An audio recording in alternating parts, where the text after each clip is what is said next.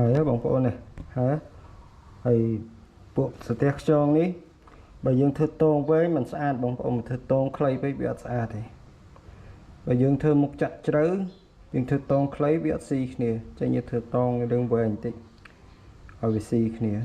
នេះຂະຫນາດ3ហ៊ុន7បងប្អូនប៉ូលីហារុំលុះទៀតហើយធ្វើលេងខ្លួនឯងណាបងប្អូន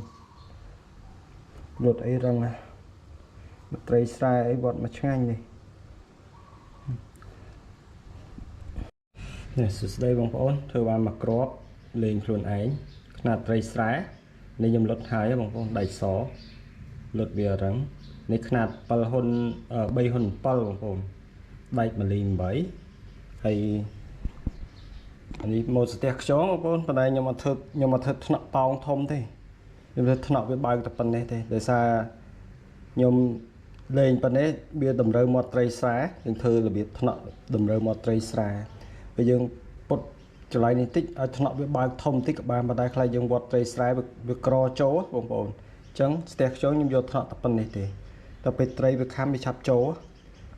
ហើយជំរឿផ្លែក៏អត់ស្រូវជ្រៅដែរបងប្អូនតែប៉ុណ្ណេះទេហើយវត្តត្រីស្រែខំចូលវាឆាប់ចូលយកជ្រៅពេកយកប៉ុណ្ណេះល្មមហើយការប៉ូលាផ្លែបងប្អូនប្រយ័ត្នតិចតើអត់ប្រយ័ត្នផ្លែនេះគឺចាក់ចូលដៃណាអញ្ចឹងពេលប៉ូលាកាន់កតុយចេះកាន់ក្បាលចេះកាន់តែជាប់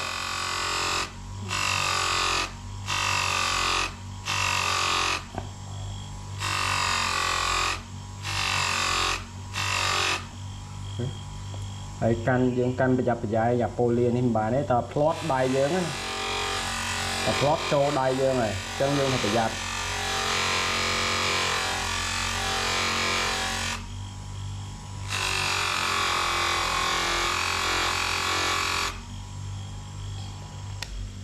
ហើយពេលបងប្អូនប៉ូលាយកម៉ាស់យកឲ្យពាក់ផងបើធ្វើផ្លែនេះវាប៉ះពាល់សុខភាពខ្លាំងណាបងប្អូនឃើញទេកតិចដែកហើយតែពីប៉ូលាមកគឺចេញកតិចហ្នឹងមកអញ្ចឹងពាក់ម៉ាស់ពាក់អីហងធ្វើផ្លែច្រើនដំណាក់កាលណាបងប្អូនមកបានមកក្របចេះធ្វើផ្លែមិនមែនស្រួលទេបងប្អូនបងប្អូនណាគាត់ចង់រៀនធ្វើផ្លែក៏មើលតាមវីដេអូហ្នឹងទៅហើយបងប្អូនណាគាត់មានថវិកាអីក៏ទិញគេប្រើស្រាប់ទៅក៏វាស្រួលដែរបងប្អូនធ្វើផ្លែមិនមែនស្រួលទេមកបានមកក្រប